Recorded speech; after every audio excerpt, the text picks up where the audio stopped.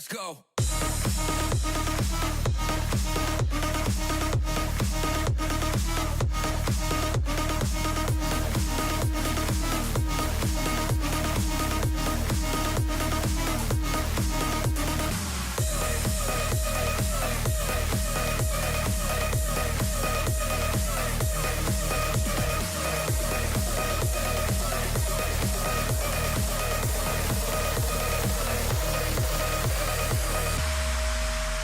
It's time for Virtual Radio Row, brought to you by Gilcliff, the undisputed clean energy drink champion of America, and Beyond.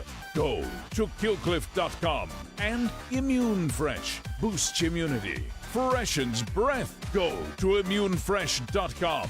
Make sure you register at brinks.tv to win prizes now. Registration is free. Go to brinks.tv. They cured their herpes. They just keep telling us over and over. And I'm All like, right. why are All you righty, lumping- everybody, whoever's in the room, I've got the floor right now. There's some people in the background. They can't be quiet for even 30 seconds. That's what we got coming up. Everybody, welcome to Brinks TV, the ultimate interactive platform. As you know, we are going to be giving away $1,000 every minute of the big game on Sunday. You're going to be playing predictive questions. You're going to be guessing who's going to score first, who's going to catch a pass. You're going to be doing all kinds of stuff, but each correct answer is going to get you entry into the drawing to win $1,000 a minute every single minute. It's unbelievable, unprecedented, the ultimate interactive platform. And I want to give you a taste of what it's like to interact. So I'm on live right now. We're going to put up a poll question. This is a doozy, a very difficult poll question. I'm not sure how you're going to react. But go to brinks.tv, and here you go. We're going to put up a trivia question first. The question is, how big of a lead did the Kansas City Chiefs blow to Andrew Luck in the Indianapolis Colts in the 2014 wild card round? Remember that total, utter, terrible collapse? Well, lock in your answer. Everybody lock in your answer. It's tabulating right now. And if you get this answer right, here we go. Let's see. Did I get it right? I'm actually seeing. I'm going to watch. Everybody's locked it in, and we can reveal the answer in a moment. And if you got the answer correctly, you're going to be entered into a drawing to win a free case of Gilcliff, the clean energy drink. We just launched a drink with Joe Rogan. It's called the Flaming Joe, now the best-selling CBD drink in the world. And it's pretty amazing. So you just interact along. We're going to have polls and lots of questions. And we've got a very special show for you. By the way, I did get that question correct. The answer was 28 points. 28? That's a massive, epic collapse. That's how awful that collapse was. Epic, record-breaking, unbelievable. All right, I'm going to bring on some amazing guys. We've got the MFSN guys. We've got Dan Ratner and Ross the Boss. And Dan, Ross, how are you guys? We're great. We're great, John. Thanks for having us on. We're excited. You're excited. The big game Sunday. We can't wait to talk Super Bowl. We have a great guest on. We can't wait to bring him on. All right. Well, Dan, you guys tee this up. This is your show. Everybody who's watching on Brinks.tv, you're going to be playing along the whole show. We're going to have polls and trivia questions and all kinds of stuff. So stay tuned, interact with it. And Ross and Dan, why don't you guys take it from here? I'm going to be in the background. I might pop in because our special guest, he and I go way back. So I might just jump in here. Yeah. So, That's John, thanks hear. for the great intro. Hi, everybody. I'm Ross the Boss, and I can't wait to talk Super Bowl with you, Cowboy. It's going to be a great show. Our guest today, you might know him from Anchorman. You might know him from The Office. He has a new show coming out called The Right One that premieres this Friday on Apple TV. You can even rent the movie if you want. Let's welcome David Kettner. David, come on out here. Hi, gang. Welcome to Brinks TV. You're on the Brinks.tv. Let's make some money, gang. David, thanks for coming on. We know you're a big football fan. I'm not quite sure who you're rooting for Sunday. I'm still out there. I'm not 100% sure, but as you can tell, I got my wristband ready to go. But that all being said, David, tell us about your background. Tell us why you're a Chiefs fan, and tell us about Tipton, Missouri, first of all, where you're from. Well, Tipton, Missouri blends in nicely. Nice transition, Ross, about how I became a Chiefs fan. I'm from a very small town in central Missouri, town of a population of 2,000 people. Now, 20 years ago, they moved the city limits to include the prison. This is not a joke. So now there's 3,500 people in Tipton. So growing up, my cousins were older. So some of my first cousins were older than me, and they were big Chiefs fans. They lived in just outside of Kansas City. So Christmas Day, I believe it was 1971, longest game to the date in football history. I'm 10 years old. Watching, was it 71? I believe so. Watching the Chiefs-Miami game. Jan Stenrud wide right. We lost the game, but they gained a fan that very day. So that's how long I've been a Chiefs fan. When I was a kid, I had a Willie Lanier poster on my wall. That's Wow. unbelievable. My dad took me to that Super Bowl in 1970, game you're talking about. I was there with my dad. It's the first football game I ever went to. It was at the Coliseum. I think I was rooting for Kansas City. I was a little kid, I remember. But I mean, it was a sad day in Kansas City history, and I feel bad for you. Well, and that the game I was talking about was not a Super Bowl. it wasn't a Super Bowl. Right. Okay, I thought you were talking about the Super Bowl game. But we won the Super Bowl. Super Bowl 4. Yeah, I you think won we're it that talking year. about.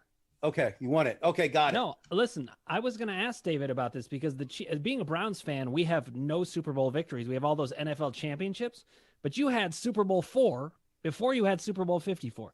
And you remember it well? No, I don't remember it. Because remember, Okay. football wasn't a big deal then.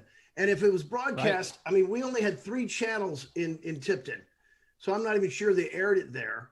Because remember, Ross, did you go to the Super Bowl really when you were very young? I went very young, and it was the Dolphins. The Dolphins were in the game. It's the Premium missed the field goal. I remember. My dad did take me. I've been to like 9 Super Bowls. The pass. What was the pass? Remember He when also he threw missed the field pass goal, and it too. popped up in the air? Were the stands full? No, it was not. It was not the Super Bowl that we're thinking now. There were no pre-parties. There were no big sponsors. There's nothing in the parking lot. It was just a regular game. And I think the seats were like $10 a piece for the good seats. Wow. Back then it was no one went. It was half full. I mean, it was the Coliseum. It's 100,000 people. It wasn't that busy. Now, if you want a ticket, it's like $4,000 or $5,000 just to go in. I mean, now it's for that crazy. stuff, yeah. So and if you buy a ticket to the Super Bowl, that does not get you a pass to all the pre-Super Bowl events. I agree. And the best part of the Super Bowl isn't the game. It's the parties. And I've been to many great Super Bowl parties and seen many great performers perform at these parties. And that's the best part of the Super Bowl. It's not the game, it's the parties. David Keckner and I can testament to that. It's so much fun. I have a picture of you and Rob Riggle. Courtney, can we bring that up real quick? I want you to explain this picture and what you're wearing to the audience real quick. Courtney, just do what you're told, please. Thank you, Courtney. Courtney, the guest is yelling at the director. He's like, this guy will have this never picture be on again. of you Courtney, and this is Rob my Riggle. favorite. Listen, if we can't have the picture, I'll just describe it. There you go. I'll describe it. You're wearing a full like Kansas City Chiefs suit. Yes. I assume you know this suit.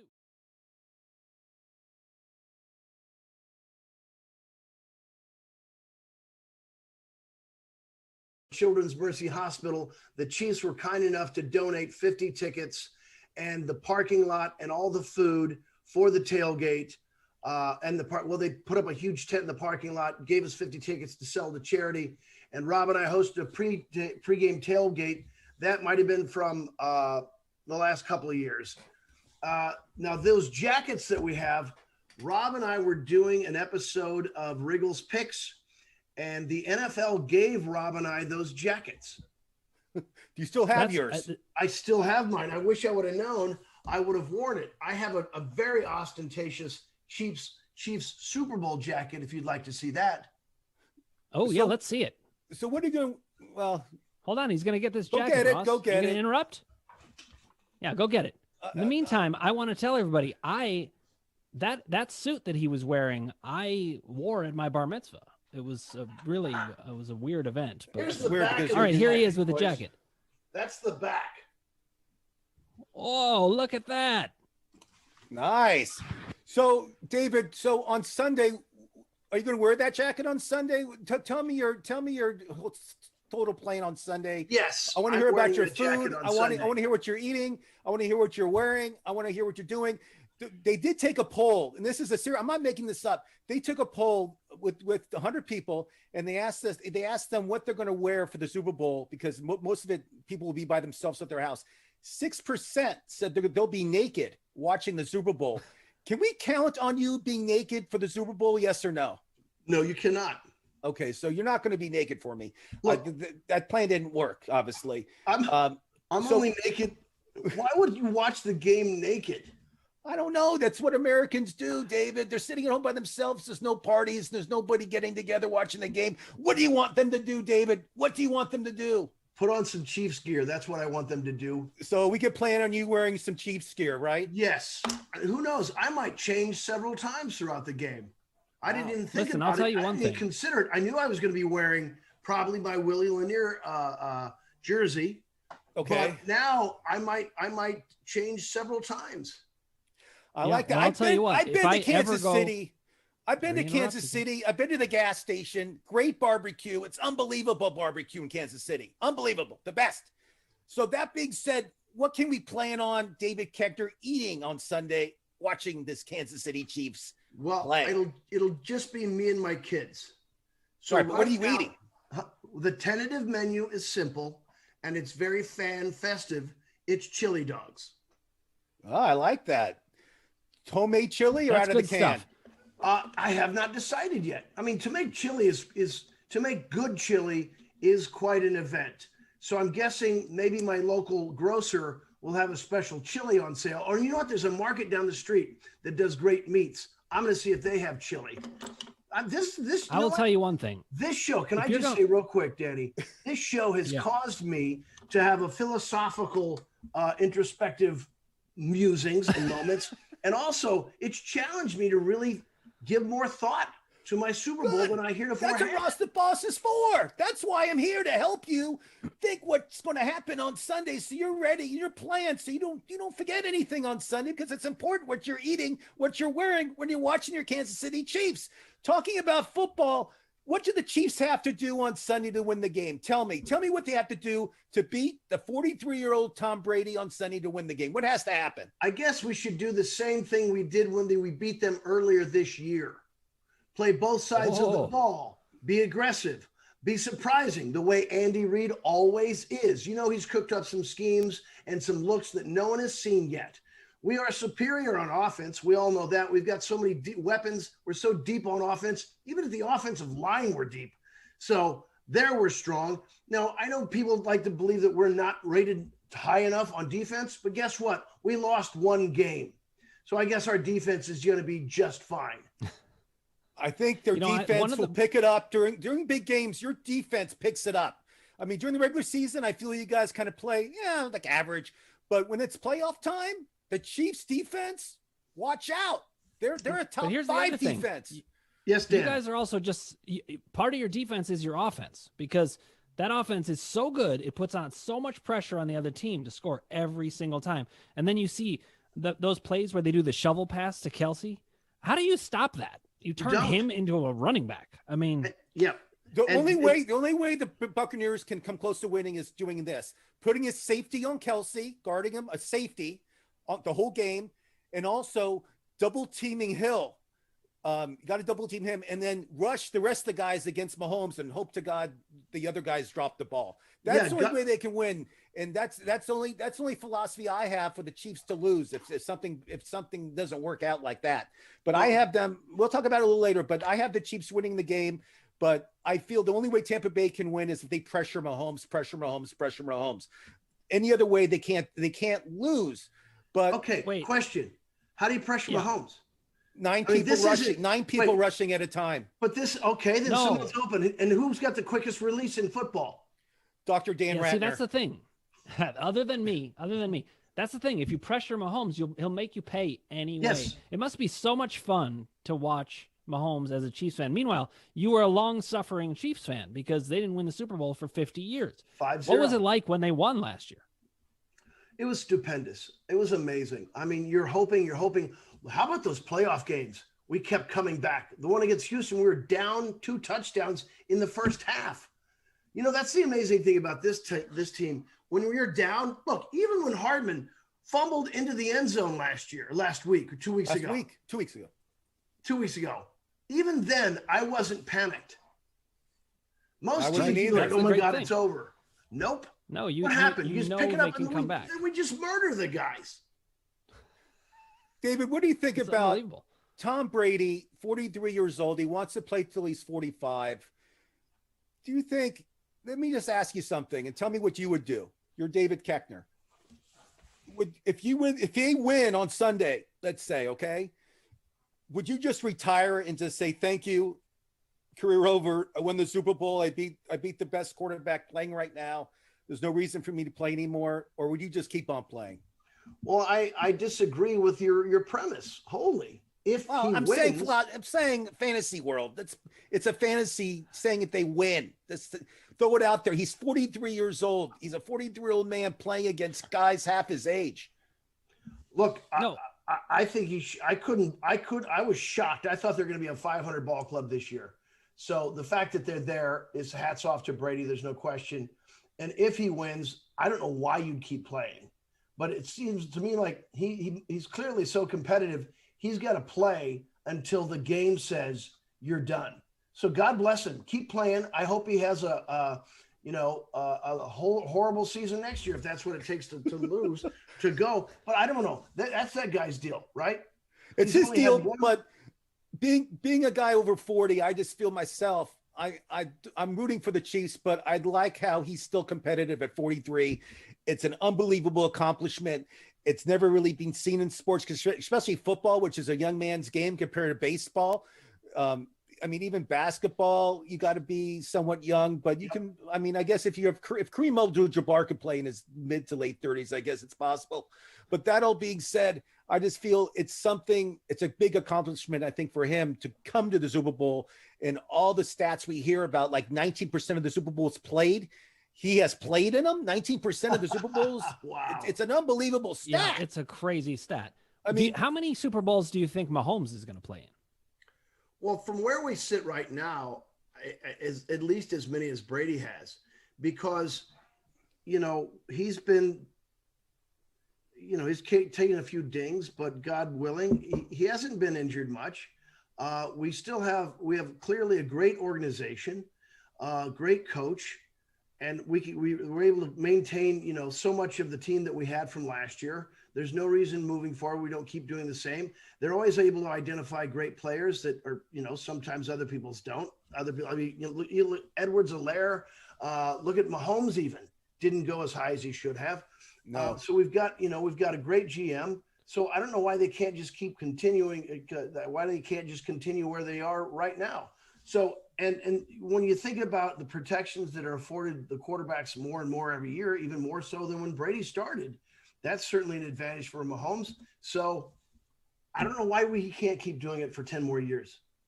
I love it. So, Yeah. so what do you predict Mahomes will do on Sunday? Tell me, over 300 yards, how many touchdown passes? Yeah. Tell me, what do you expect to see Mahomes do on this Sunday? Well, they do have a good defense. I think it's gonna be an exciting game. How many yards? 350. And he'll throw 4 touchdown passes and we'll run for 2 more. Is that what you were thinking? That's a good prediction. I see Sounds him about running. He's going to run out of that pocket because they'll be guarding Tyreek Hill and Kelsey, and there'll be people that then won't be able to guard at all. Like even Sammy Watkins should have a touchdown. I see him doing well on Sunday. He's healthy. He's ready to go. I mean, I feel the Chiefs will be ready. I feel Mahomes is going to have a huge game. He loves being in the spotlight. His dad was a baseball player. He was Major League Baseball. Mahomes has been groomed for this his whole life. And I feel this is a spotlight that's a big game for him, because if he beats Brady on Sunday, he has a good chance of beating Brady's Super Bowl record for more than 6 rings. If that's a big game for him on Sunday, because this is a big legacy game for Brady too, going against Mahomes, and we'll see what happens. Let me just frame this, guys. let me just frame this, guys. I mean, we're seeing who is considered the greatest of all time, the GOAT, playing against the guy who we are pretty sure he's going to rival that, maybe even surpass it. And we've got a big time Chiefs fan who gets to watch it and watch for this repeat. And David, I'm excited about it, but I will say this. If there was a year to watch the game naked, it's not when you're watching with your kids making chili. So don't do that. And if you go to Ross's house, I learned my lesson. You go to Ross's house, don't sit on his couch. I'm having ribs and brisket to celebrate the Chiefs barbecue. They're having great barbecue in Kansas City. I'm having ribs. I'm having brisket. I'm having baked beans. Oh, Ross. That's what we celebrate here. We're excited. We're excited for the Chiefs. Unfortunately, we have to say goodbye to David. We're going to bring you back on our show. We have David, so much more to talk about. Really quick, David. Tell us about your show that premieres February 5th. Tell us what it's about. Tell us why we should watch it. There is a new movie dropping the 5th called The Right One, starring Nick Thune and Cleopatra Coleman and Eliza Schlesinger. I play his boss, and I don't agree with his methods at first, and then maybe he charms me. We'll have to see. I'm not in the film a ton because I just worked one day on it. Nick's a friend of mine, so I was doing a little bit of a favor, and I don't mind it. Ken Mock's a director, his first-time director. He did an outstanding job. He also wrote the film. So I'm looking forward to everyone getting a chance to taste it. It is a rom-com, but it's an unconventional rom-com, so dig it, dig it, dig it. Also, all other projects that I'm involved in, I continue to recur on the Goldbergs. And check out my new venture, my new business. Just look up heygoodmeeting.com, and you'll see what I'm all up to, providing Zoom relief for Zoom business meetings and boosting company morale.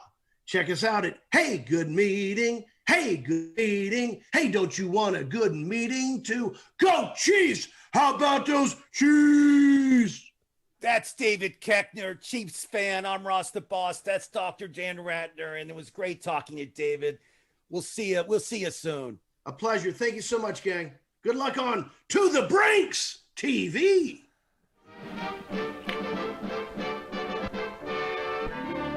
Everyone is happy with the new flavor of Gilcliff CBD Strawberry Days. It's clean energy. Makes your days more pleasurable by infusing strawberries right into your drink hole.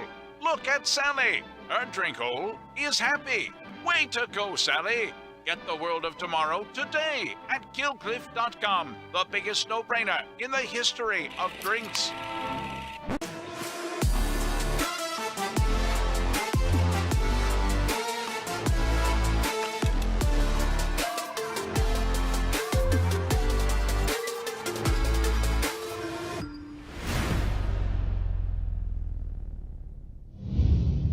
Well, we keep this show rolling. TDN Live, Chris Schumer, Jamie Eisner. Jamie, we have a tough act to just follow there. I wish I had a Chiefs jacket that I could put on, like the one David Keckner was wearing. I don't know how we follow that up, but we are going to try to do that for the remainder of Virtual Radio Row. You have Chiefs themed colors on, so at least you're close. Well, I mean, we have red for both teams, Chris. That's fair. That is fair. So you are pretty close. You're in the ballpark. Go ahead. We got to start with this right away, Chris, because we got to play off of what we just heard. Are you going to watch a Super Bowl naked? That's all I need to know.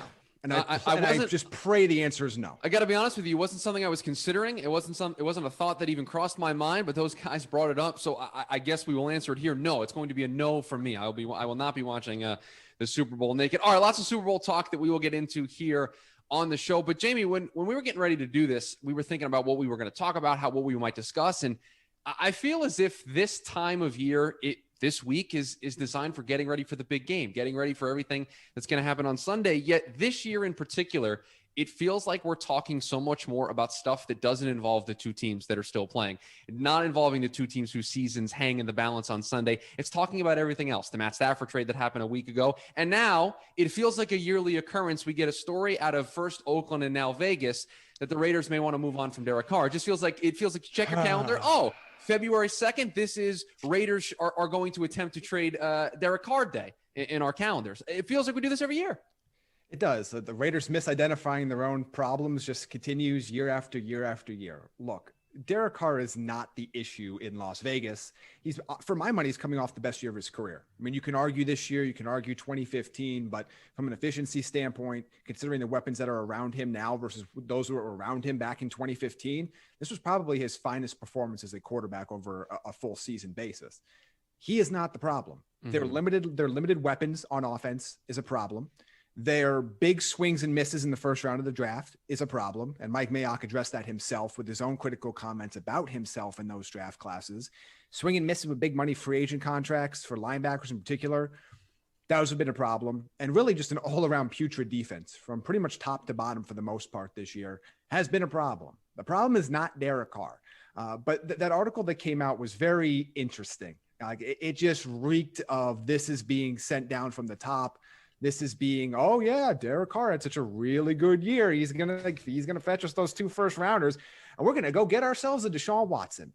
Right, that was this year's wrinkle. Get themselves a Deshaun Watson. Right, that was this year's wrinkle. Like last year, it was the Tom Brady stuff because Tom Brady was a free agent. That was the wrinkle last year. Is if Tom Brady became available and he wanted to continue his career and come play to LA or in Vegas, yes, of course we would potentially entertain moving Derek Carr. This year, the wrinkle is the Deshaun Watson stuff. And I saw in the story, I read it was from the Las Vegas Review-Journal that I think they were saying, they could fetch 2 first-round picks for Derek Carr. And you're right, this just reeked of like them trying to create artificial value to try to create these conversations, to try to create the phone calls.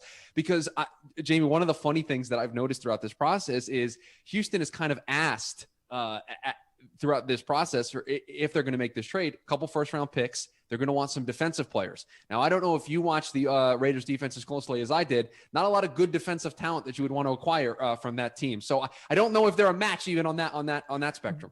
But even if they are, like here's the thing, and I keep trying to bring this up because I understand we want to kind of fantasy book these trades. We want this all to happen, and I get it. But the wild card here that we have to acknowledge is how many teams is Deshaun Watson willing to play for? Mm-hmm. That is the beginning, the middle, and the end of this trade conversation. If he comes out and says, I only want to play for the Miami Dolphins, the trade that Houston would get from Miami in return will be less than it would have been if he says, I want to play for 15 teams, or I want to play for X amount of teams. That is the key question here. The concern, if we're going to take that out of the equation, we want to put a level playing field. This is like a normal trade scenario. He doesn't have a no trade clause. Let's go to hypothetical land here. Why, if you want a quarterback back, if that's something you're considering, if you're Houston, why would you want it to be Derek Carr at his age? You're not a team that's going to win now. You're not a team that's going to win next year. And you're not a team that's probably going to win the year after that. So if you're going to bring in a quarterback, if that is a key function of a trade that you're going to get, is we want to bring in a quarterback in the early to mid 20s to just see if we have a chance. The answer is Tua. The answer is Darnold. The answer is not bringing in Derek Carr at that point, because what's left of his prime will not be used in any years that matter for the Texans in terms of their ability to rebuild and get back into playoff contention. It doesn't make sense to me. Well, and Jamie, the other important thing to factor in here is in all of these talks, specifically with Miami and New York, it's been, give us pick 2 or pick 3 so then we can pick our quarterback of the future. The Raiders can't all trade it. But the Raiders they don't have a draft pick that puts them in that conversation the same way that Miami and New York find themselves in. And that's what finds it so funny to me that this story came out of nowhere. And it was like, the Raiders would consider acquiring Deshaun Watson. Yeah. So would basically almost everybody in the league except 4 or 5 teams. Like you're not telling me anything new here. This feels like they got bored. Like nobody's talking about us, which by the way, considering the way the last couple of years have gone, they're probably happy nobody's talking about them right now, considering you've had back-to-back years of 6-4 and 6-3 records and just collapsed from that point on. But again, you signed your coach for 8,000 years and you got your GM, so nothing's going to change. It was only 10 years, not 8,000. Only 10 years and only 100 million? Well, cool. You're 3 years in. You've only got 7 more to go. So you can miss the playoffs for a lot less. That's all I'm saying. But to me, this goes back to the conversation of where does Deshaun Watson want to play, and are there going to be multiple teams and how many of them get involved? Because even at 2 teams, you can start to drive up the price a little bit. But if Deshaun Watson and his camp are adamant that they're not going to play in Houston, and they're only going to play for the Jets, or only going to play for the Dolphins, or only going to play for Matt Rule and the Panthers, it's going to change the dynamic a bit, because you're not going to get 4 first rounders. Teams aren't going to bid against themselves. And if Houston's choice is just, we're just going to sit on the quarterback position and not make any picks and let the draft go by without a first round pick again this year, that's not a great response either. So Deshaun Watson holds the keys to what this ultimate trade value is going to be. Right. And I think a couple more things here as we get into our football related discussion that we're going to be having over the next 2 hours is, you don't need to be number one on Deshaun Watson's I would want to go here list. You just need to be on that list, right? You need to not be on the no side, right? If you're on the yes side that he will waive his no trade clause there, you don't need to be number one. You just need to be in the conversation. You need to be able to have your team pick up the phone to be able to make that phone call and make that trade offer, right? That's what you need. You need to be on that side of the list. And two, Jamie, tell me if you agree with this.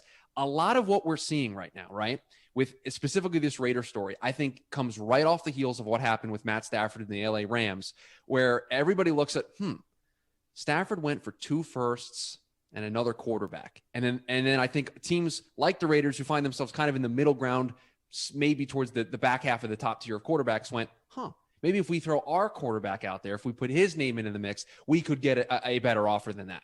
Here's why I don't agree with that, Chris, because I think that is a misguided view of what that trade was. They didn't get 2 first-round picks and another quarterback. They got 2 first-round picks because they had to take that other quarterback. And that's I think fair. That is that's the difference fair. in the conversation. The extra first-round pick is to take on Jared Goff's contract. And there's a lot of dynamics there that change because you're now pushing it a year in the future because you don't have a first-round pick this year. And you start to talk about how does value change. Like a first-round pick in 2022 isn't valued the same as a first-round pick in 2021. Mm-hmm. Like there is a sliding scale there. And they got the extra pick. And if you notice, nobody else reportedly offered 2 firsts. The second first came in to take Goff's contract off of LA's hands and be able to make this move. And if you're the Lions, you're fine with that. As I discussed earlier this week here on Brinks TV, it gives you that bridge quarterback that will at least be competent. And you're going to have somebody around as you look for the QB of the future in either this year's draft, next year's draft, or even 2023. It elongates that window for you to find that quarterback because they're probably not going to get that guy at 7. Well, they might, but they're probably not. Yeah, what a great segue, because I think the obvious place to go here is outside of Deshaun Watson, there were still a lot of teams, Jamie, that made phone calls to the Detroit Lions about Matt Stafford. There were a lot of teams that were interested in upgrading their quarterback position. Indy checked in, San Francisco checked in, New York checked in, Washington apparently made an offer. And I think what is the most fascinating part of this is that there was basically, if you listen to some reports, I believe Albert Breer reported this, that there was a deal basically done. A phone call was being placed to the league almost between the Lions and the Panthers that involved pick number 8. And then at the last minute, the Rams swooped in and said, no, we'll give you the extra pick to take on Goff's contract to get this done. And I guess, Jamie, where I want to take this conversation is there are still a lot of teams that have been left at the altar that are trying to upgrade the quarterback position. And I'm looking at the list of draft eligible quarterbacks and quarterbacks you can potentially get via trade. There aren't a lot of options. Somebody's going to be left missing somebody. Yeah, look, the music's going to stop at some point, and there's not going to be enough chairs. And there's not going to be enough chairs for teams that want to compete this year. And some are in different situations than others. Like, we all want to see, I think, if you're just a football fan, you want to see what Kyle Shanahan can do in San Francisco with an upgraded quarterback position. Mm-hmm. But if they enter the season with Jimmy Garoppolo, it's not the end of the world. They did go to a Super Bowl with the guy. They did. If they go, in Carolina, if they have to go into another year, which is year 2 of the rebuild there with Teddy Bridgewater as their starting quarterback, not the end of the world. Especially when they could potentially get a Trey Lance type at 8, right? I mean, that's certainly a but possibility for them. You could find a guy. The Colts are starting Jacob Eason right now. Like, there are some teams that are in a little bit more desperate situation to figure out this quarterback situation than others. There are some that can get by. Like, the Panthers aren't going to be a Super Bowl contender next year. I don't think even if they got Deshaun Watson, I wouldn't consider them a Super Bowl contender. I consider them a playoff contender, but not a Super Bowl contender. Where the Colts, you get an above average starting quarterback, you're in the conversation to win your division again, and then you don't know what happens. You have tough AFC, you've still got the Bills at the top, you got the Chiefs, and it's possible if Watson goes to Miami, they're involved in that conversation as well. But there are some teams that are in real dire straits, and there are others that are going, we would like to make an upgrade, but it's not the end of the world. And that's where things get interesting, because how aggressive are those teams willing to be? Yeah, and I think there's also a differentiation. You talked about how different teams are in different spots, but I think you look at San Francisco and Indy, if they got Matt Stafford, you could make an argument that they would have vaulted themselves into top tier teams in their own conference, right? San Francisco with Matt Stafford, I would stack them right up with the Bucks if San Francisco is entirely healthy, with the Bucks as to be the co-favorites in the NFC next year, right? It's the same way I feel about the Rams. The Rams made that trade, and I feel that they vaulted themselves to the top of the contenders list in the NFC. I think Indy's different. To your point, I think in Carolina, if they ended up with Matt Stafford, makes them a playoff team, but it doesn't break that ceiling of you're better than Green Bay, you're better than Seattle, you're better than Tampa. And I think that's the difference that we're seeing in these teams. So to see, Jamie, that we didn't see an actual offer be put in by either San Francisco or Indy, yet Carolina did have an offer almost at the finish line. Feels very backwards to me. Feels like it should have been the other way around. Yeah, well, also some of it comes to where did they think they fell in that pecking order? Like this might have been a scenario where they knew if we didn't offer multiple first round picks, given their spot in the draft, like it's different offering pick 8 and offering pick 21. Yeah. Where's Indianapolis at 21? They're at 21. Like, Washington's at 19, I think. Washington's 19. Chicago's at 20. Like, I mean, there's a huge difference there because if you're Detroit at least and you're holding pick 7 and 8, that gives you a lot of ammunition to move up for one of these teams. Whether it's moving up with the Jets, moving up with the Dolphins, maybe moving up with Houston if they end up moving Watson for one of those picks, it puts you in a really interesting predicament there. 21 isn't as much. And I understand why they did this. The Lions are elongating their window. This worked out very well for them because they're not going to be competitive next year. They're going to try. They're going to bite kneecaps. They're going to do all the stuff that Campbell talked about, but they're not actually going to be competitive next year in terms of the playoff picture. But what they did is they gave themselves a 3-year window now to find that young starter. And I think giving themselves that long of an opportunity is tremendously impactful for them. Those other teams really couldn't offer that because even if you had pick 8 and maybe you're not able to move that pick, you're going to get a great haul this year, but it might not be a quarterback. Like I would not be shocked if Trey Lance is off the board before pick 7. I don't think it's incredibly likely, but it's also a possibility that you have to consider. Maybe they're like, you know what?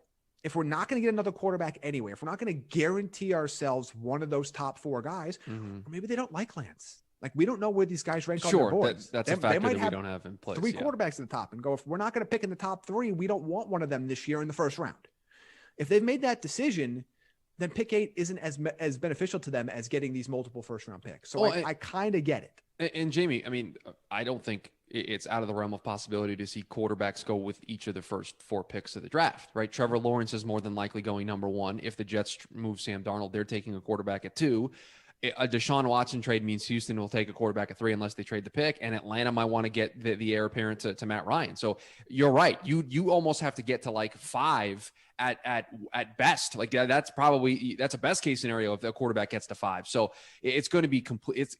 There's a lot moving here. This is one of the more crazier off seasons I think we're going to see for many reasons, and this one's in particular. And I want to go back to Indy real quick because I saw a story that Frank Reich and the Colts brass kind of consulted Peyton Manning to discuss, hey, what should we do with the quarterback position? And you can take it from me. You do not want to consult Peyton Manning on any decisions related to your football team because it might end up with Adam Gase involved in some point. So not a scenario, not a road you want to go down because it might end up with Adam Gase as your offensive coordinator. So I'm just want to put that out there. Did you see that story? Did you see? I did. They called or they consulted Peyton Manning. Okay. Like I love Peyton Manning. But I don't know what that's going to do. They know who the quarterbacks on the market are. They know who the guys in the draft are. I'm not sure what information they're going to glean from Peyton Manning that's going to shock them. Yeah, it was very weird to see that story. I mean, it's cool. I mean, look, legacy with the organization. Him and Irsay have been pretty tight after iffy ending to his run in Indianapolis, which everybody's kind of forgotten about now because everything's been kumbaya after his Denver run. But I don't know. Like to me, Indy is the fascinating one because that's the team that if you look at all of these options, they absolutely cannot go into this next season without at least a league average starting quarterback. They just absolutely cannot. And they don't have one on the roster. There is no backup plan. There is no safety net right now. Yes, they have free agency. Yes, they can make a trade for somebody.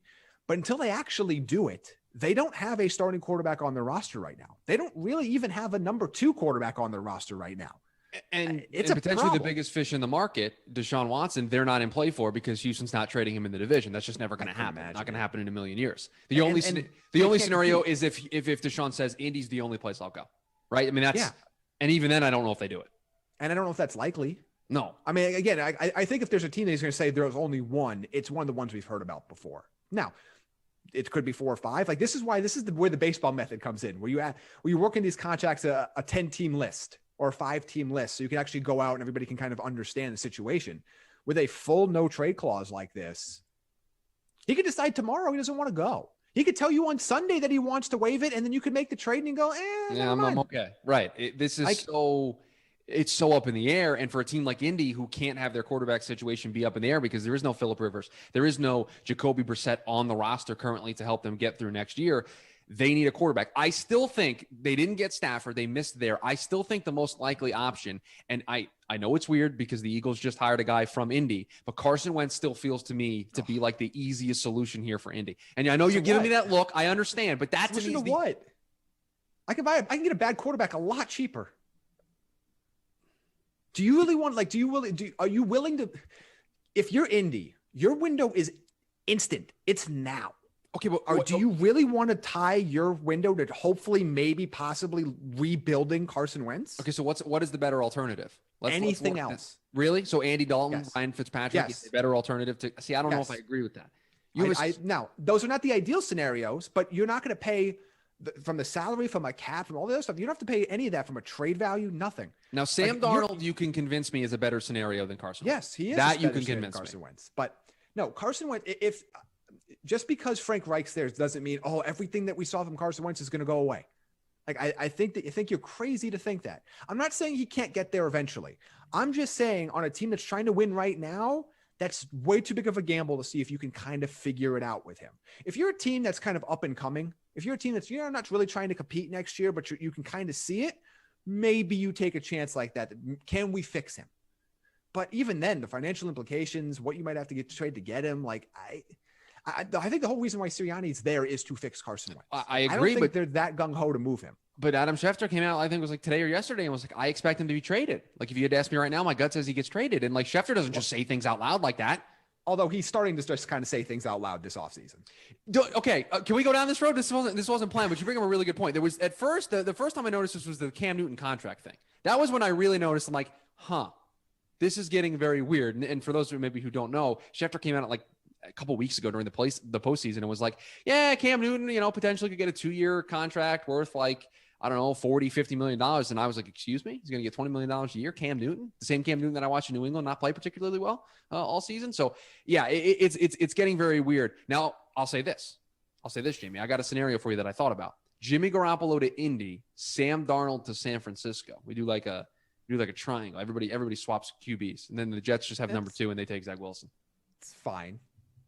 You poo-pooed my Carson Wentz to Indy thing, and I'm trying to come up with a better solution since they're not getting Stafford. Fine is better than awful. I think you understand how that scale of degree works, Chris. It's fine. But so where fine on this scale that you've now created, where's Indy right now? In trouble. That's where they are right now until we see what happens. Like, they don't have a starting quarterback like that. Like, we're talking about all of these teams. I know it seems oversimplistic for me to keep saying that, but we're talking about all of these teams upgrading. The Colts don't have something to upgrade. Right. Carolina's upgrading. San Francisco's upgrading. Washington would upgrade. Not a viable 2021 starter for the Indianapolis Colts. It's not happening. They don't have somebody right now. Yeah, which is why I would have sent 21 to Detroit and gotten it done as quickly as possible. But clearly you couldn't compete with what the Rams were willing to do to get that Goff contract off the books. No, and there's also the fact of look who drafted Goff. Where is he now?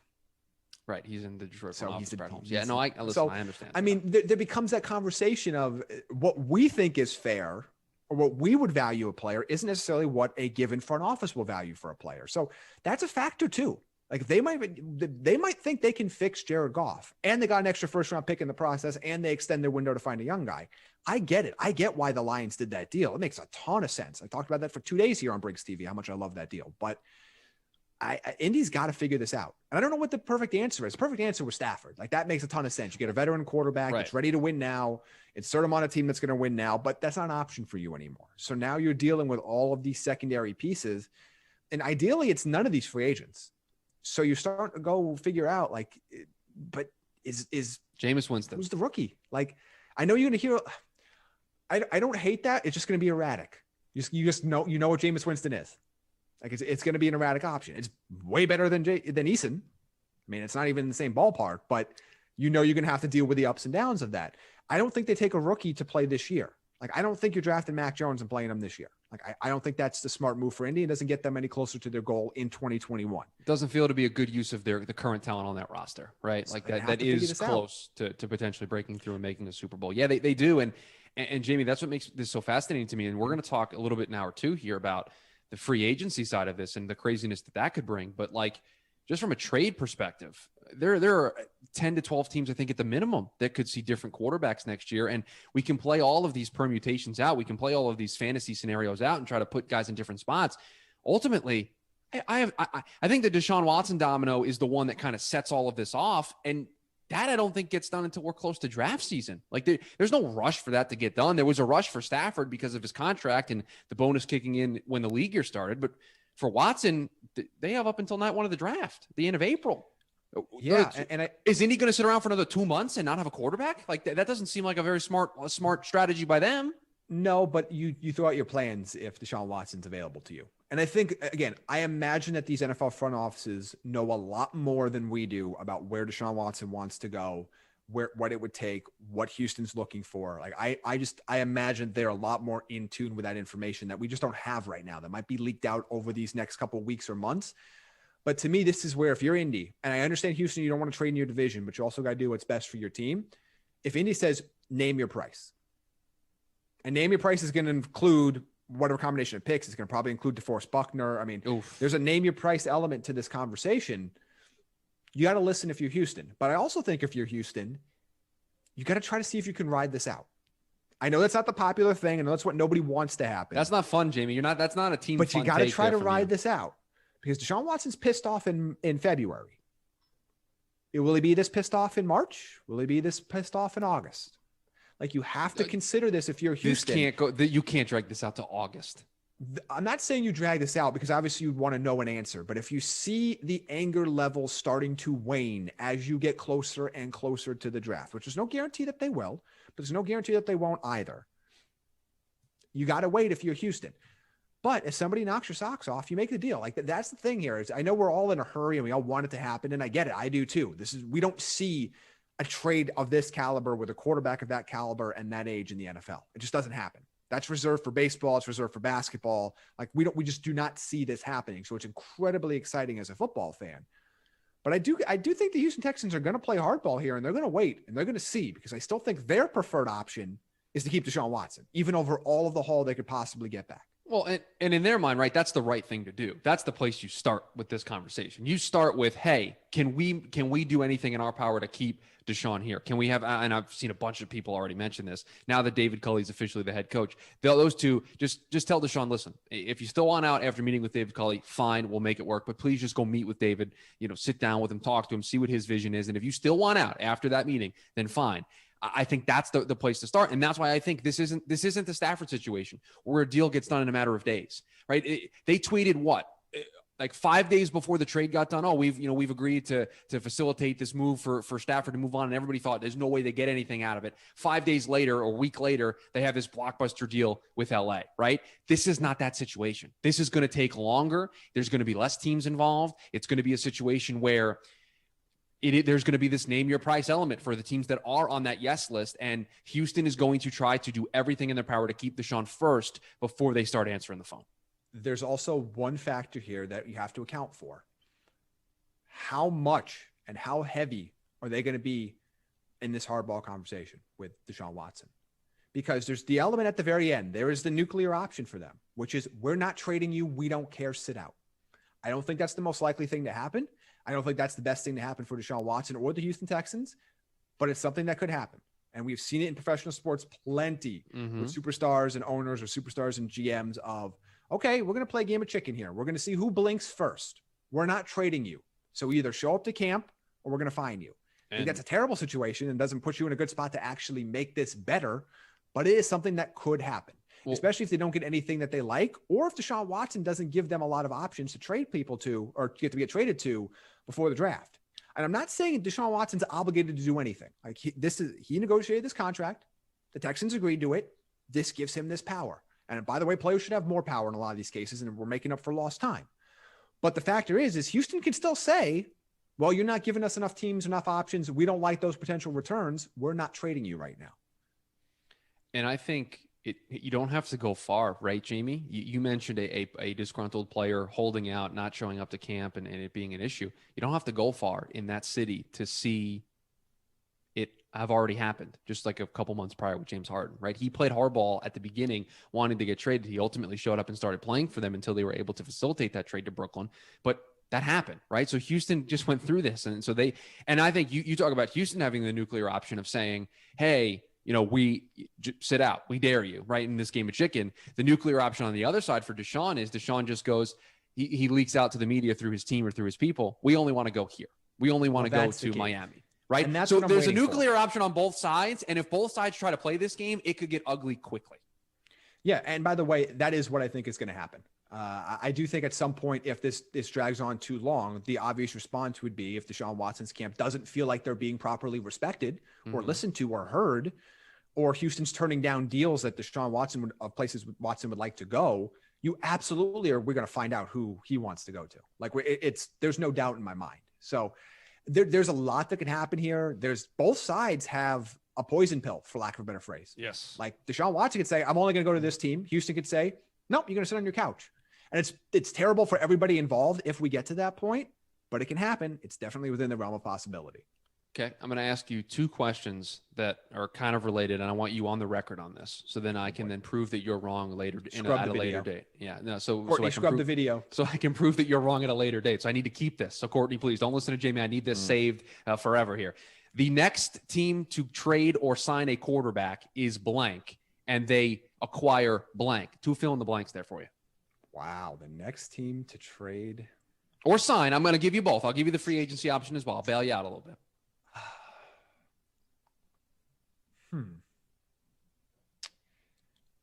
I don't know. This is a tough one because I have a team in mind, but the way I this think works is I give you a question and you answer it. You can't filibuster here, okay? I think the next team to trade away a quarterback is the San Francisco 49ers. Okay, so I'm going to not answer your question. No, so then Jimmy G has to go somewhere. Where's he going?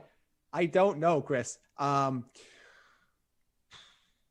don't. That's a tough one. You I think listen. You want me to just name you all 32 NFL teams, and then you can just stop me when you're ready? Because Indy's a potential scenario. You can put him in Carolina. No, I think they trade. I think they trade him to Chicago. How about that? Let's just go that way. Because that goes back to a comment I made on the TDN Fantasy Show way back when. I say they move him to Chicago for not a lot, in an effort as part of another deal. Either they're close to getting Watson or I think more likely closer to moving up in the draft to get Zach Wilson.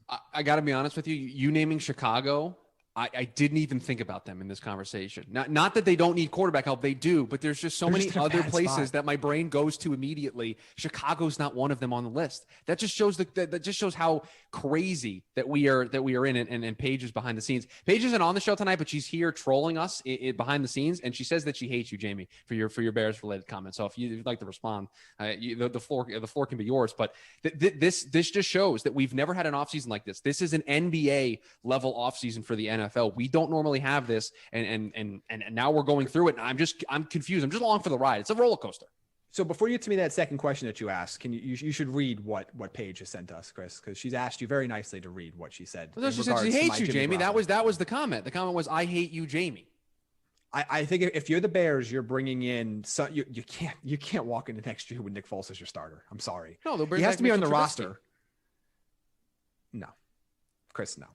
So they're bringing in somebody else that's going to compete and then win the job from Nick Foles in training camp. I think if you're looking, but they're not going to be able to move up to get one of these stars. They're not going to get Deshaun Watson. Like, I'm sorry. It'd be awesome. I can hit Soldier Field with a rock from where I'm sitting right now, but they're not going to get Deshaun Watson. Not going to get a chance to watch him play up close and personal. They're going to have to get one of, no, I mean, if I just get, just warm up a little bit, like that kid in the Cam Newton commercial, just got to warm up a little bit. Yeah. Okay. No, but I think they're going to get one of these middle tier, they're not going to win a lot of headlines. They're not going to be the big sexy move of the offseason because they just can't afford to make one, but they cannot go in with Nick Foles as their only viable quarterback next year. No. And that's why, like, when Schefter tweeted out that he thinks that there's going to be like 18 teams changing quarterbacks next season and he'll take the over, I immediately took a step back and was like, wait a minute, that's a big number. And then you think about it and you're like, man, I think he's right. Like, I think it's pretty easy. We get to 18 and it's just, like, it's close. It's close. Because when you consider, like, San Francisco is going to move Jimmy Garoppolo, so they're going to move Jimmy Garoppolo to another place. That's two teams right there that's changing quarterbacks just in one transaction. So plus the three teams that are going to be drafting quarterbacks at the top of the draft. Like, I can get to 10 without even really thinking, and then do the thought exercise that we've done over the last half hour with all the different, Deshaun getting traded, Carson Wentz potentially being available. I mean, Sam Darnold getting moved. You play that game out, you do that thought exercise, and you can get to 18 in a hurry. Yeah, I think it's going to be more than a dozen. Like, I don't think we're necessarily getting to 18, but I would not be surprised if we get very close to half the league, which is remarkable. Okay, so my second question, because you filibustered enough to potentially have time to think about it. Deshaun Watson plays for who in 2021? Miami Dolphins. So that one you didn't hesitate. That one you were zero. You were good. I've already been on the record for that, Chris. If you read thedraftnetwork.com and you read my work, which I know I'm sure is right on your to-do list the minute we get done with this, you would know I've already been on the record of saying this. I think the fit makes perfect sense. I think the team makes sense. Their ability to send back Tua, which regardless of what you think about him, he'll make that team some money in Houston, at least in year one. They'll sell jerseys. They'll get people excited. I'm assuming there'll be ticket sales next year. We'll see what the world looks like by the time we get to the next season. But no, I think they have the most sense. They have the draft capital to do it and not hurt their team. They have the young quarterback to send back. I think that just makes the most sense. And from all indications, Deshaun Watson wants to play there, which is the biggest factor of all of this, because if he doesn't want to play there, it doesn't matter what you could send back. They check all those boxes. So to me, I'm going to go with the Miami Dolphins. Jamie, you asked me at the beginning when we started this, would I be watching the big game not wearing any clothes, which was a very weird way for us to start our portion of the show. I will not be doing that, but what I will be doing is hanging out right here on Brinks.TV, the ultimate interactive network. Brinks TV partnering up with us, the Draft Network, giving away $1,000 every minute of the big football game on Sunday, February 7th. $60,000. Register now over at Brinks.TV. Make sure you're here watching on Sunday. We're going to take a quick break, and when we come back, Ray Lewis is going to be on the program. He's going to be interviewing Chuck Pagano, so you're going to want to stay tuned for that, and then we'll be back after that talking a little bit more football, and then we'll get into that big game, because we talked all about that free agency and trades. There's actually a big game being played on Sunday that we should get into, so we'll do that next. We'll be right back. Oh, yeah. From Kill Cliff, the #1 clean energy drink in the mind of Joe Rogan, comes the Flamin' Joe. Sugar-free, B vitamins, electrolytes, all them good drink things. An epic spicy pineapple fusion from out of this world, straight into your drink hole. Own it. KillCliff.com. Life happens in moments. After the lights, the championships, you return home, reconnect with your roots. Search for that passion, that purpose, that drove you then, that guided you here. Everyone has a spark within. Breathe in, search within, go all in, zone in.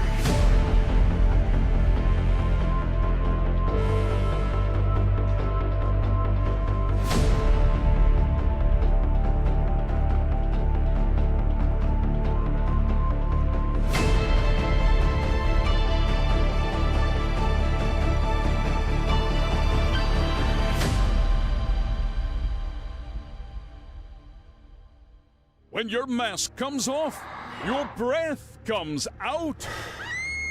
Make sure it doesn't stink. Stay healthy and fresh. Soul and science. Immune Fresh. The all-natural breath mint. Vitamin D3, vitamin C, zinc, Wellmune. Save yourself, save us all from your breath. Go to immunefresh.com. Freeze sleeve. Freeze it. Sleeve it. Relieve it. Go to freesleeve.com. As a reward for making Kill Cliff the undisputed clean energy drink of America and beyond, we've packed in more B vitamins, electrolytes, and killer taste than ever. And as a bonus, we've made the ultimate loyalty program. It's not a cult, it's not a club, it's the Kill Cliff Cult Club. Tap into special offers like flash sales and exclusive merch, deep discounts, and eat eternal awesomeness. Go to QCliff.com to get your Brinks.TV, discounts the on. ultimate interactive network. Register now for free. Sunday, February 7th, it's the ultimate virtual party. You predict what's going to happen, and we're going to give away $1,000 every minute of the big football game. And don't miss Virtual Radio Row every day this week from 6 p.m. to 8 p.m. Eastern Time. Celebrity guests and wild prizes. Brinks.TV. Play, win, repeat. Brought to you by Cliff, the clean energy drink. ImmuneFresh.com, the all-natural breath mint. Boost your immunity, freshen your breath. And the Draft Network. Everyone is happy with the new flavor of Cliff CBD Strawberry Days. It's clean energy. Makes your days more pleasurable by infusing strawberries right into your drink hole. Look at Sally. Her drink hole is happy. Way to go, Sally.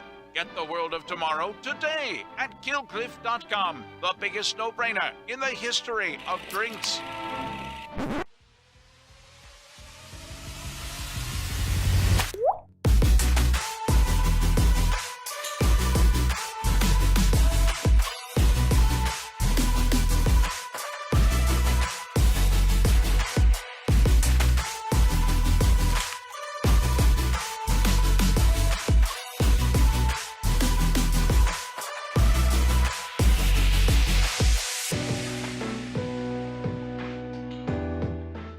I got to get my bike down there. I got to go on a ride with you. All right, everybody. We have a really interesting, awesome, exciting show coming up.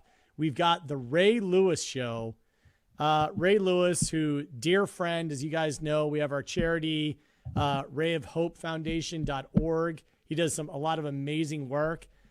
His show has just been killing it on Facebook. Y'all should be watching on Ray Lewis's Facebook right now. He's just been killing it. It's just an amazing show. So without further ado, we're going to roll the show open and go right into the Ray Lewis Show. Roll it, Herbert. And now, Team No Excuses presents The Ray Lewis Show.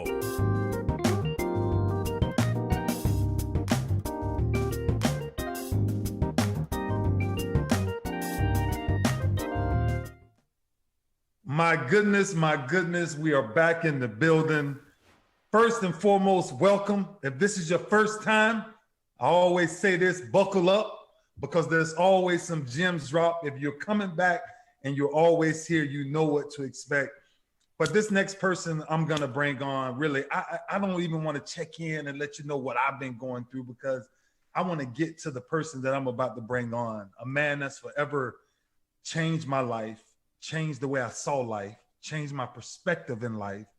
And every time that I talk to him, I always gain just another step in life. I found out that I was becoming stronger being next to this guy, and to coach with him, to play with him, to play for him, to give him everything I had. There's nothing better than this next guest I have coming up. He's one of the strongest men I know. My good friend, my brother, I love you to death. Welcome on, everybody, Chuck Pagano. What's up, Ray? I love you too, man. You know, we said these relationships when we started them were for life, right? I love you for life. You know that. That's why we do what we do. It's about people. It's about relationships. And what an honor it is to be on with you. Thanks for having me. Coach, listen, first and foremost, let me just say this, right? Thank you, man. Seriously, because we go so far back. And the knowledge that I was able to obtain through those years that we had, Coach, those were some of the best times of our lives. Just walking in those meetings together, looking at each other together, building a game plan together, and walking out of that room and on that field knowing we was going to do. Why coaching? Why coaching for Coach Pagano? You know, started for me as a child. You know, I grew up on the sidelines. My dad was a coach, so it's really all I knew. I picking up jocks and socks and towels in the locker room, and watching him, you know, coach high school football and then playing for him, and just something that I've always been around. And you know, he tried to talk me out of it. My little brother's a football coach. He coaches for the Broncos now, and Johnny, and he tried to talk both of us out of it because he said it's a tough life.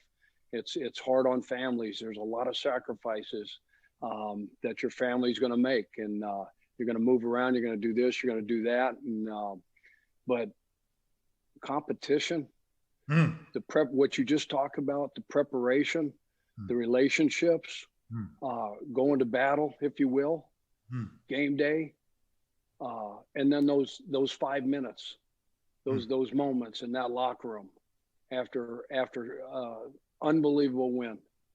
You know, that's why we do what we do. Is for those moments, and it's for the relationships, and it's for the competition, and being able to, you know, you talked about, you know, our time together and what you learned.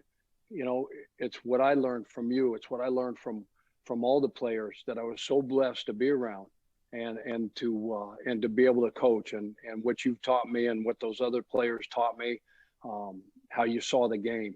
You know, because we get into a room and we get on a grease board and we figure, hey, we just do this, this, and this, and walk in that room. And a lot of times you get that look, you know, I don't know, you know. But then we come to you guys. How do you see this playing out?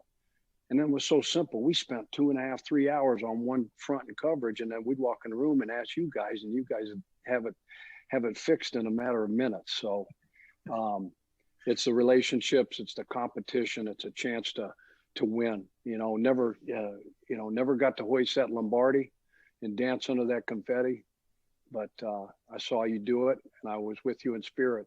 Matter of fact, you knocked us out, you know, the year you guys won it. You had this is only Ray Lewis could do this. You know, you get injured, you announce you're coming back, you announce your retirement. You know, first game back is that wild card game in 2012. I'm the head coach at Indy. And then you got to go dot the I, dance on when they took a knee, and do your dance out there. After that, after you beat us that game, you remember John put you, because it was going to be your last game at M&T, right? Right. And you got out there and yeah, this is why I coach. Yeah. This what we got. Yeah. And what I've been able to. You know, the relationship that I've had with so many people, players and coaches and staff, that's why. You know, it's funny because, you know, we speak about confetti and rings and everything, but when people ask me all the time, Coach, they say, what do you miss about the game? And the one thing I say I miss the most is the relationships, right? When we used to walk in those meetings. And I never forget when we left those meetings, when we entered that parking lot and we did what we were supposed to do. It was the best. I'm telling you, Coach, those were some of the best times of my life. Look, let me ask you something, because you spoke about 2012. You spoke about this transition, and I'm going to get to Amici later. But before I get to Amici, when you hear the words Chuck Strong, what do you think about? Well, obviously it takes me back to that season. And, you know, being getting my first opportunity to be a head football coach. Again, I thank you. I owe you a debt of gratitude, you and your teammates, because you helped me achieve that goal. Now, you know, the stars had to line up just perfect. Mm-hmm. We had that game won. We were going to win that game up in New England. And we know what happened with Lee Evans. You know, that ball got popped out the last second. We missed a field goal. Yeah. And we end up losing. I remember what you told those guys after the game. Just remember this feeling, because we're going to be back here next year. We're going to be right back here next year, and we will finish the job this time. And you did. But had we won that game, I would have never been able to talk to those guys in Indy. I would have never been able to interview because of the rules. And so the stars lined up just perfect. But when you talk, you know, think about Chuck Strong, I think about all that we went through. In that first season, you know, how I was diagnosed, you know, fourth week of the regular season with leukemia, and had to step away for 12 weeks and go through treatment, and then to try to watch that whole thing organically, you know, grow into what it's grown into today. It was just humbling. It was so humbling just to know that the football community, the NFL, the players, the families. I mean, people I knew, people I didn't know, the support that I received, the encouragement that I received. You know, just my first game away, we're playing Green Bay at home, and Bruce Arians had taken over as the interim head coach, and I'm watching from the hospital bed down the street at Simon Cancer Center, and there's all the players got Chuck Strong T-shirts on, and I'm like, what is that? And it wasn't just, you know, the Colts players, the Green Bay players had that shirt on, you know, and then see the banners, and then, you know, Tina came back after she went to sell T-shirts for Breast Cancer Awareness, you know, month, and she's got these wristbands and stuff, and so I just think that you know, I'm really, really blessed to be here. Yeah. Today, you know, I'm blessed to see that thing through. I'm blessed to come out of the other side of it, and then just really blessed to be able to give back now through our Chuck Strong Gala, and help and encourage others that are going to battle, because you know as well as I do that, you know, cancer doesn't discriminate, and it touches all of us in some way, shape, or form. And so now we got a chance to give back and help others get through their battle. Yeah, you know what, Coach? I'm glad you said that. And you look, we've been through a tough time, right? As a world, as a nation, we've just been through a lot. And you going through that. I remember when the calls and the texts that we have every other day with each other, and we just always stayed in contact. Somebody else is going through something. Somebody's going through a trying time. What would be your advice for somebody who's going through something that you had to overcome yourself?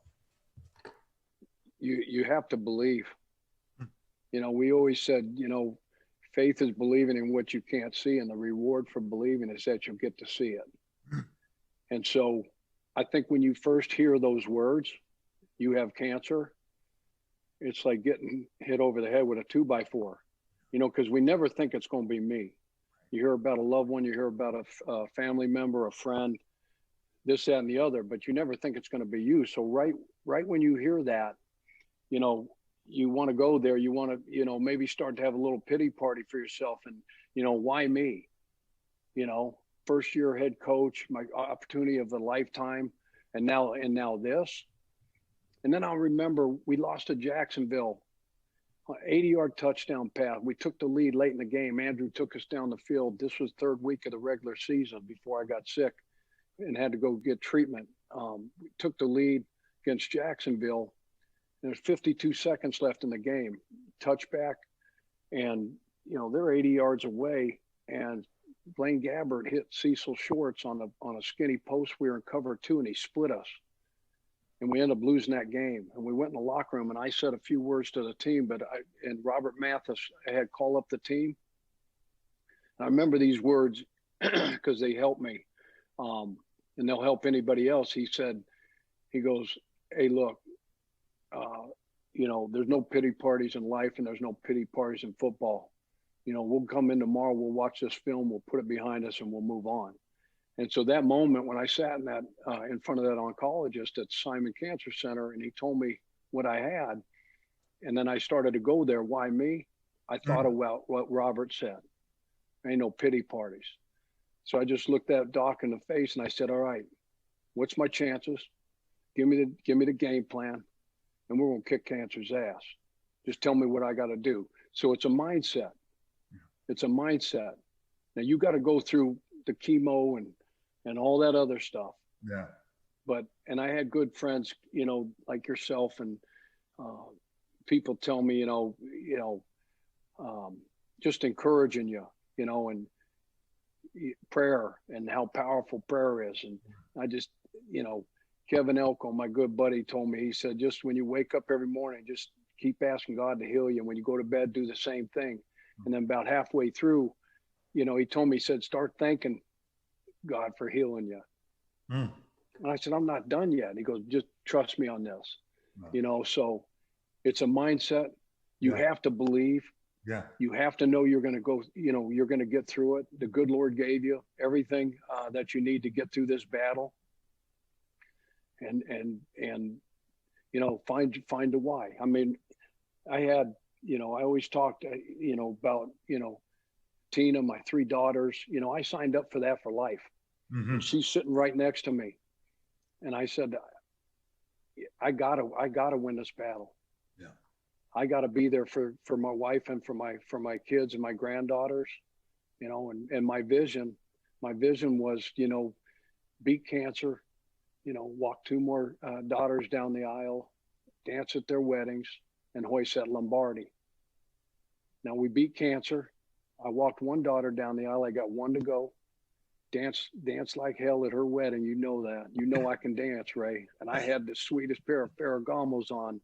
I got me some Gamos, but I never got to hoist that Lombardi. But I'll take my health and my family over that any day.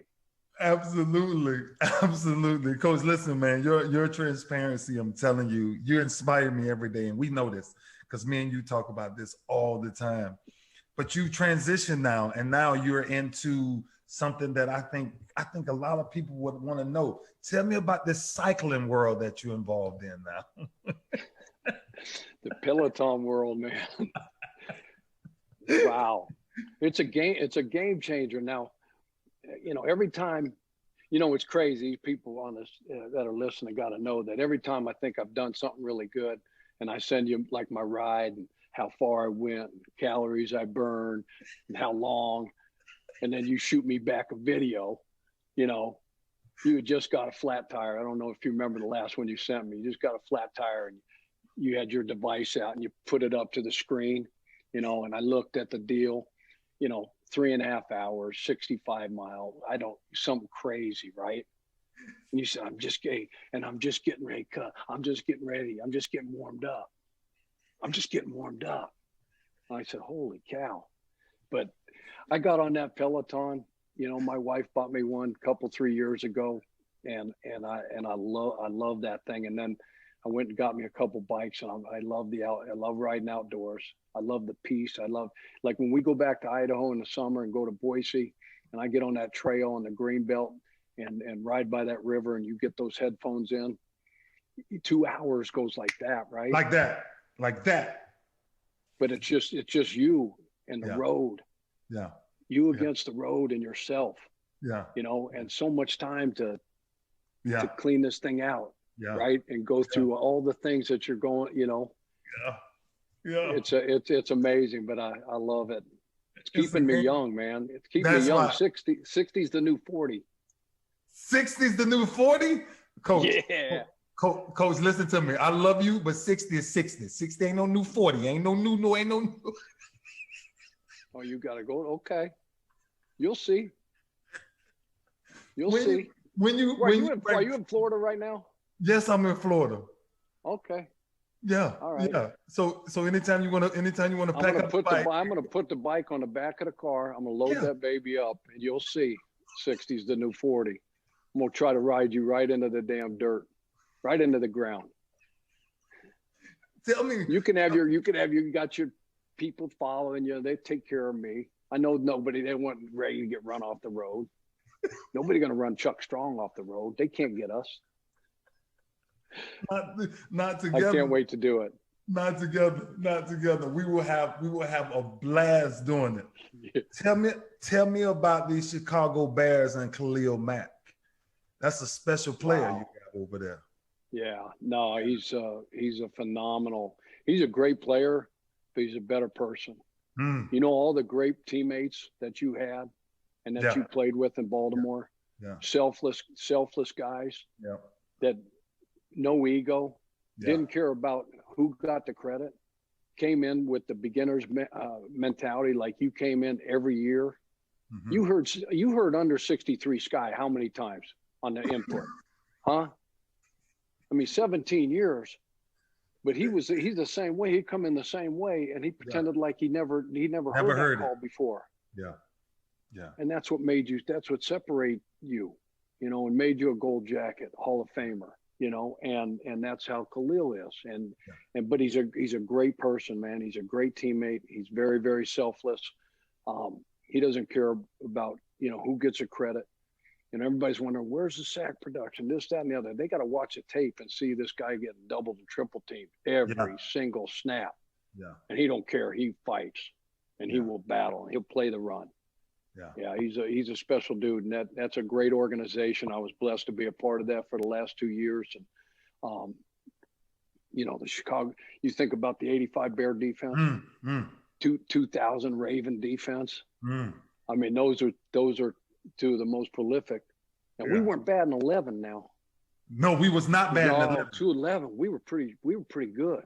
We were really, we were pretty really good. And it wasn't because of coaching. It was because of players. It's always been about the players. Yeah. It's always been about the players.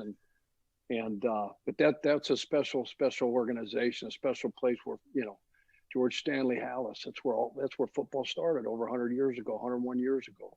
Yeah. Yeah. I tell you what, I got to ask you this because we got a big game coming up. We got a really big game coming up.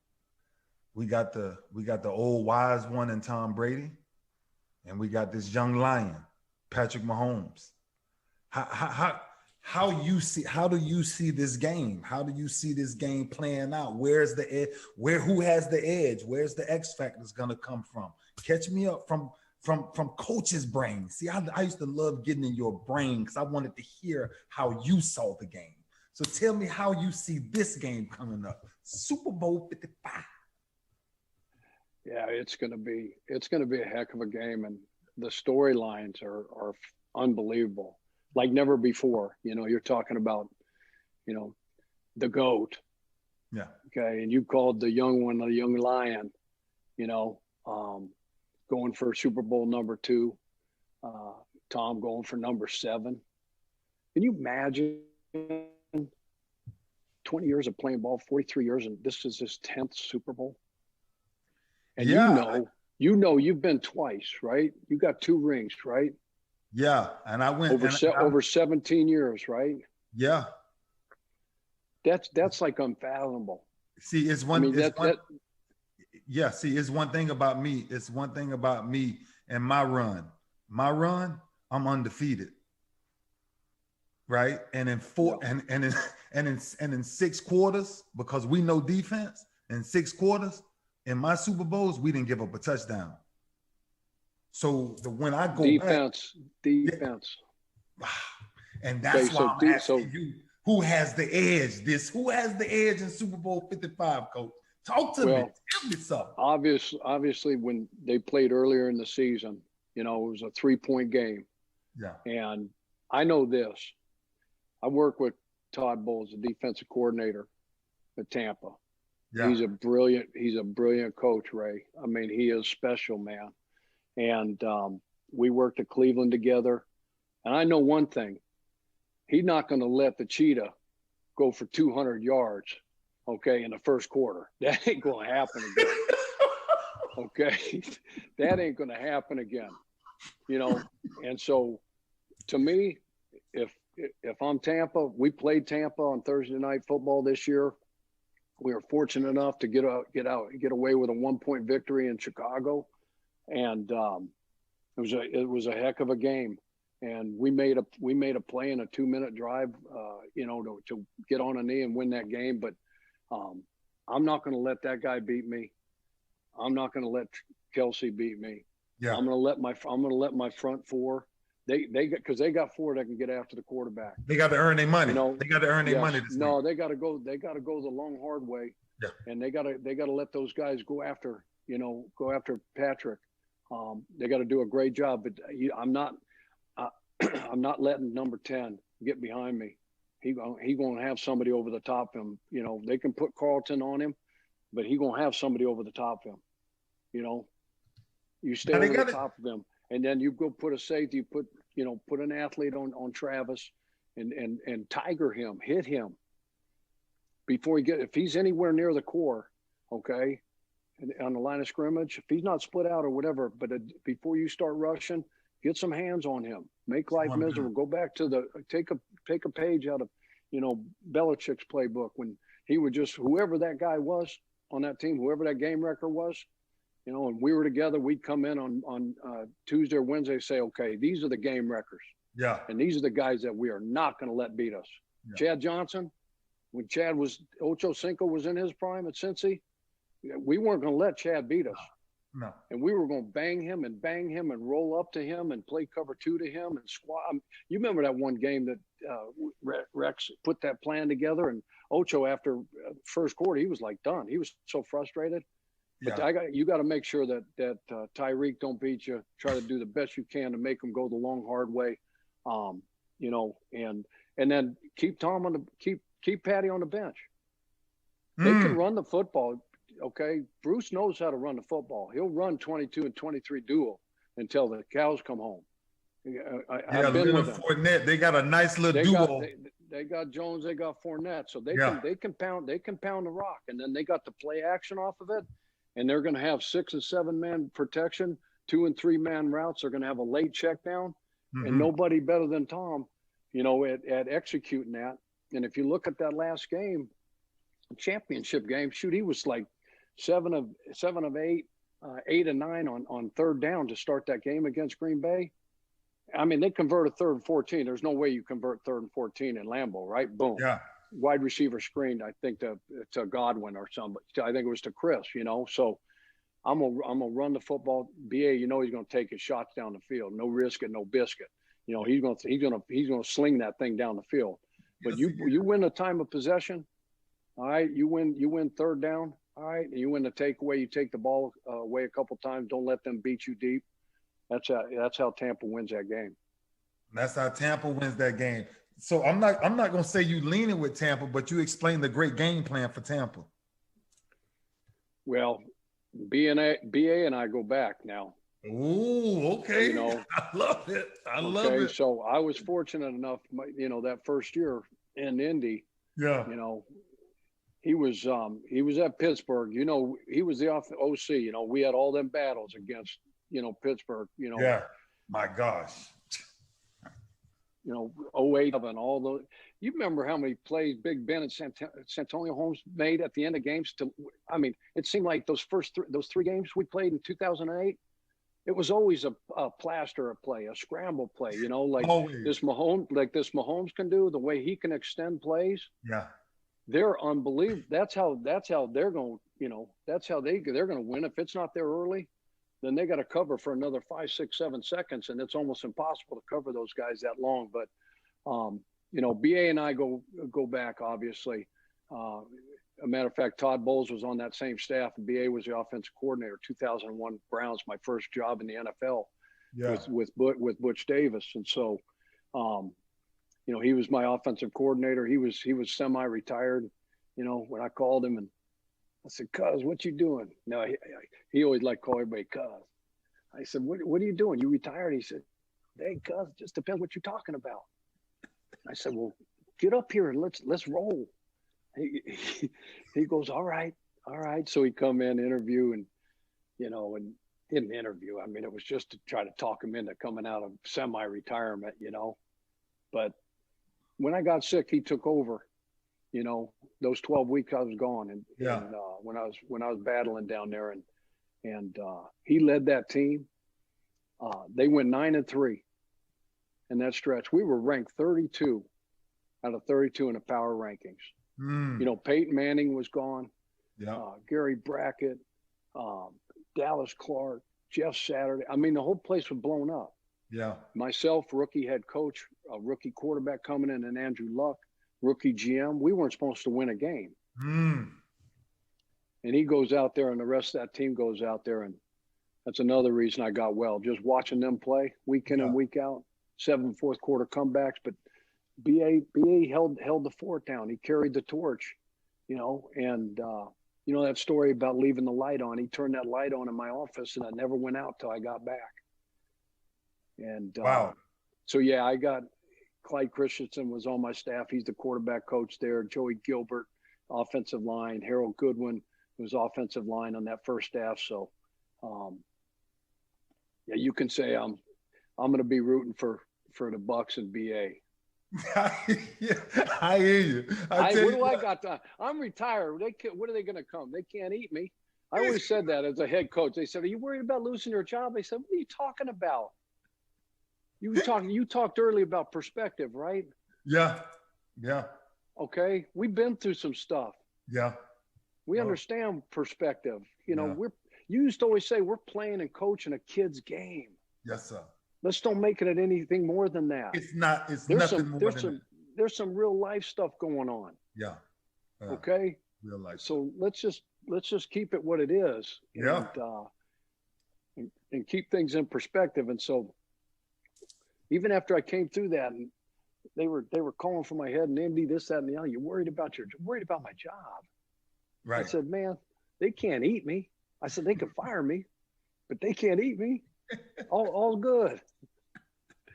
So right now, if I want to root for BA, they got to come to Zionsville here.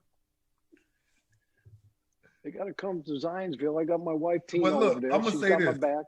Look, I'm gonna say this. I Kansas City rough. They rough because I mean, look, you double Tariq, right? Play 55. Put somebody on them. But there's another guy that just came back. Not Harmon, but there's another guy that just came back. Sammy Watkins. Yeah.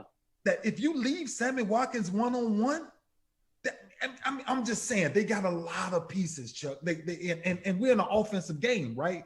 And one of the things that you said clearly, right? Like I like Tampa defense. Them linebackers, the way them linebackers playing defense in Tampa, oh man, that's the way you play football. But football is no longer played like that. Remember, I used to look at you and say, Coach, look at here. Put me in that free spot. So when somebody come across this middle, his head coming. I go, so the truth be known, okay. Hey, Ray, what you like here? Ray, what you like right here? Let's go Raider.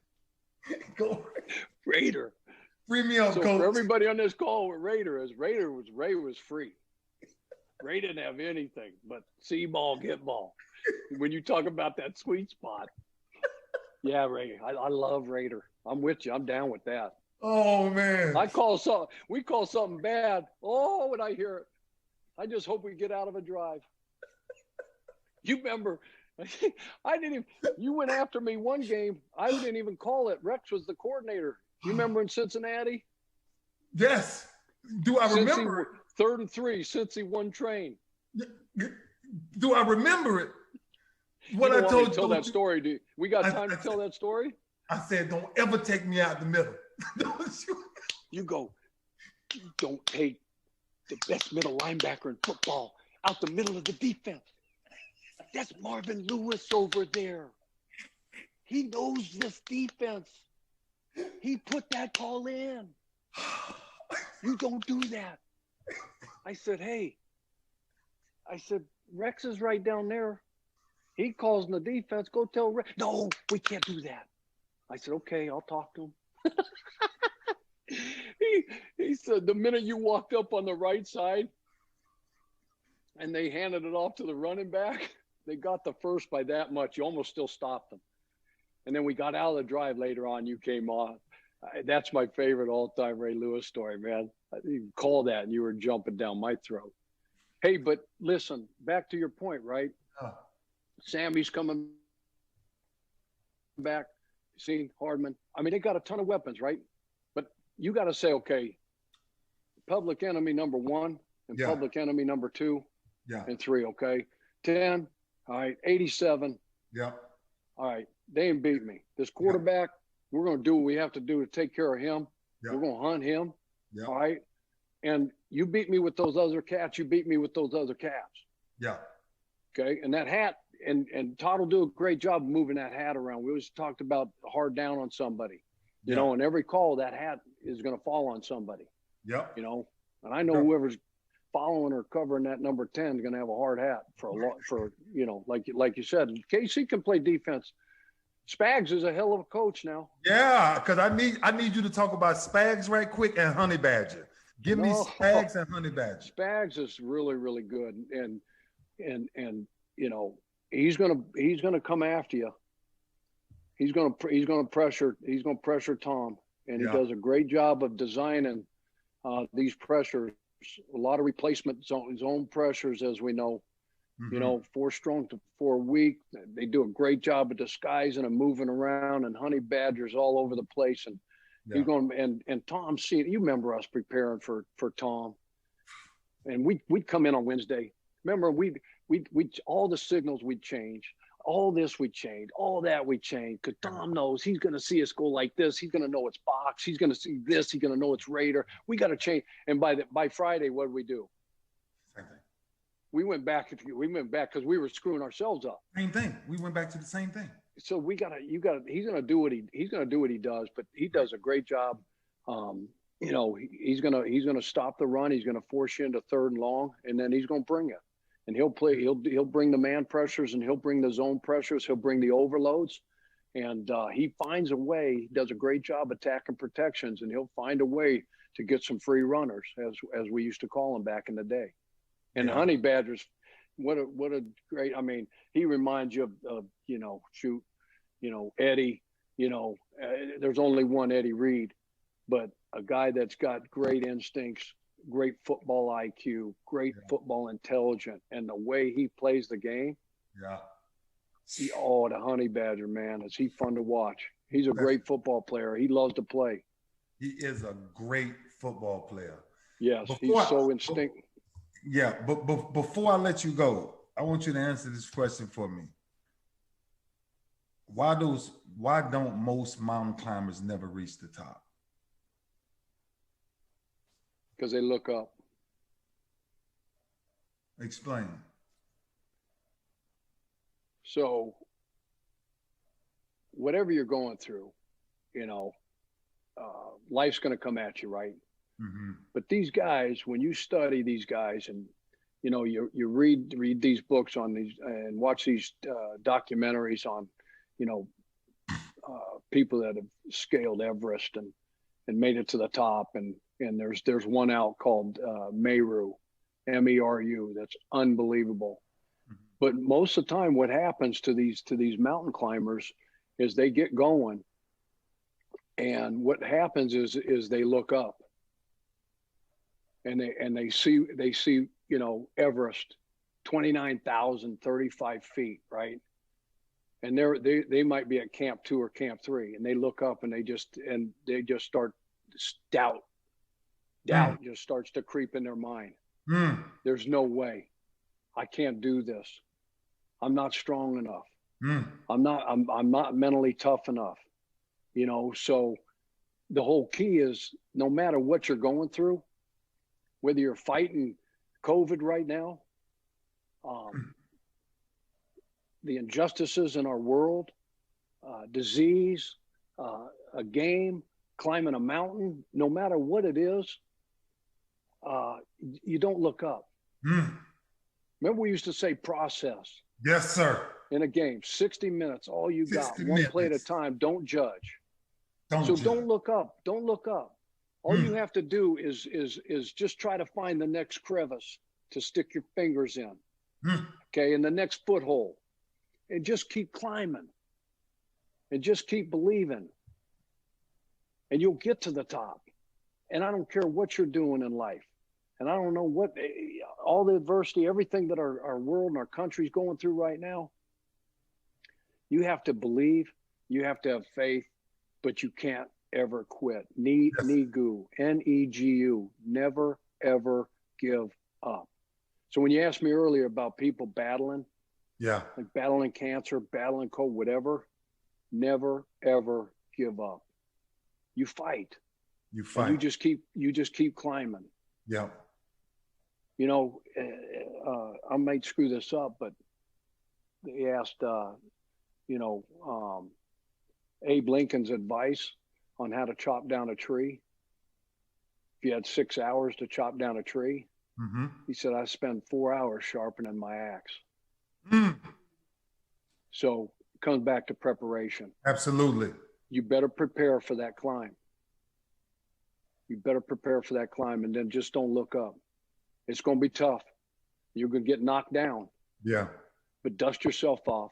Yeah. Pick yourself up, and you keep fighting, and you keep scratching, and you keep clawing.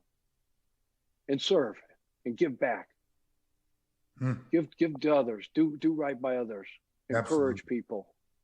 And I guarantee you, you'll climb that mountain. You'll get to the top. Chuck Pagano, You are absolutely amazing. My brother, I love you. Thank you for the brotherhood, the friendship, the fatherhood, everything you taught me from a coaching perspective. And I knew once we got on here, I knew the knowledge that was going to be brought. But I heard it again, because in cycling, sometimes you want to look up instead of staying connected to that pedal. And sometimes you got to stay connected for the next opportunity instead of looking up. My man, I love you, brother. Thank you so much for this awesome opportunity, man. And we'll be in touch, but it just don't get no better. I still got my T-shirt, Chuck Strong. It'll never change. Hey, Ray, I love you too. And we have this saying, I'm not the man that I want to be, but I'm sure glad I'm not the man I used to be. Yes, sir. And you helped me get to where I'm at. And you've taught me, and you've taught a lot of people a lot of great stuff. You've inspired the masses. So keep inspiring the masses. Yep. All right. Keep pushing. You're making an impact. You're changing lives, and you're changing the world. And I know you made me a better man and a better coach and a better father and all those things. And I'm grateful for that. And I love you for life. And there's nothing that I would not do for you or your family. You know how to get me. I do. The next time we see each other, it'll be on a bike ride. Yeah. You'll be looking at this wavy hair the whole time, the backside. So I'm gonna be out front. Well, now we got to work that Peloton a little bit. I can't talk no trash. I think I got you by what, 20 years? Huh? You got me by 15 years. 15? Are you 45? 45. Damn, Shug. You getting up there. You better, I might have a chance.